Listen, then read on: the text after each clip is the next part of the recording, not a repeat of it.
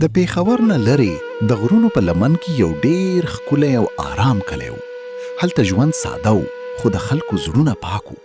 هر څوک به یو بل پیژندل، د یو بل غم او خوشحالۍ سره شریک و. په همدې کلي کې یو هلک اوسېدو چې نوم یې سلیم و. سلیم د ډېر غریب کور نه و، خو زړه یې ډېر لوی و. د پلار له مرګ وروسته یې د کور ټول بار په خپلو اوږو اخیستی و. هغه به د کلي په یوه کوچني دکان کې کار کوه. هر سهار به سلیم د دکان مخې ته جارو وهله، چای به یې تیاروه او د خلکو سره به یې په خندا خبرې کولې. د کلي خلک ټول هغه خوښول، ځکه چې د چا زړه یې نازاروه. یوه ورځ د پسرلۍ په موسم کې کلي ته یوه نوې کورنۍ راغله. د هغوی سره یوه جینۍ هم وه چې نوم یې عایشه وه. عایشه د ښار نه راغلې وه. هغې به تل ساده سپینې جامې اغوستې او په سترګو کې به یې عجیب سکون و. کله چې سلیم لومړی ځل عایشه ولیده، زړه یې عجیب بدل شو. داسې احساس یې وکړ لکه د زړه درزا یې چې تیزه شوې وي. خو هغه خاموش پاتې شو. له هماغې ورځې وروسته به عایشه هره ورځ د دکان نه سودا اخیسته. کله به یې اوړه، کله چای او کله بوره. سلیم به د هغې د راتلو انتظار کوه. یوه ورځ عایشې په موسکا وویل: ته ډېر خاموش یې.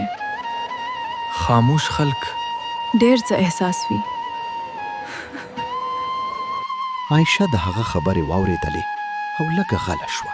ورځې تېرېدلې، دواړه ورو ورو یو بل ته نږدې کېدل. کله به د کلي د ویالې غاړې ته ناست وو، کله به د باران لاندې روان وو، او کله به یې د ژوند د خوبونو خبرې کولې.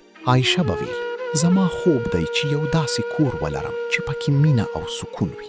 سلیم به ورته کتل او په زړه کې به یې ویل: زه غواړم هماغه سکون شم. خو ژوند همیشه د انسان د ارمانونو مطابق نه وي. یوه شپه عایشې په ژړا سلیم ته وویل: زه مجبور یم بل واده وکړم. او ته څه غواړې؟ زه تا غواړم. هغه ورو وویل. د دواړو سترګو کې اوښکې راغلې. له هماغې ورځې وروسته سلیم ډیر بدل شو. نه به یې خندا کوله او نه به یې سمې خبرې کولې. مور یې هم پوه شوه چې زوی یې د محبت درد اخیستی دی. یوه ورځ د سخت باران پر وخت عایشه د دوکان مخې ته راغله. ټوله لمده وه. سلیم حیران شو. عایشې وویل: زه نن وروستي ځل در سره ګورم. سلیم غلی پاتې شو. عایشې خپل لاس د هغه په لاس کې کېښود. که قسمت کې سره یو نشو، نو دا مه هېروه چې چا ډیر رښتینی محبت در سره کاوه. سلیم د لومړی ځل لپاره وژړل. باران زور اخیسته و. اسمان توره بڼه لرله. عایشه ورو ورو روانه شوه. خو څو قدمه وروسته یې شاته وکتل. سلیم لا هم هلته ولاړ و.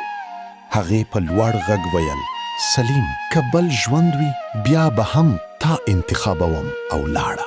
کلونه تیر شول. سلیم هماغه دکان چلولو، خو اوس به یې سترګو کې خاموش غم و. خلک به ویل: سلیم ډیر بدل شوی. خو هیچا نه پوهیدل چې د هغه د زړه یوه برخه د باران په هغه ورځ له عایشې سره تللې وه.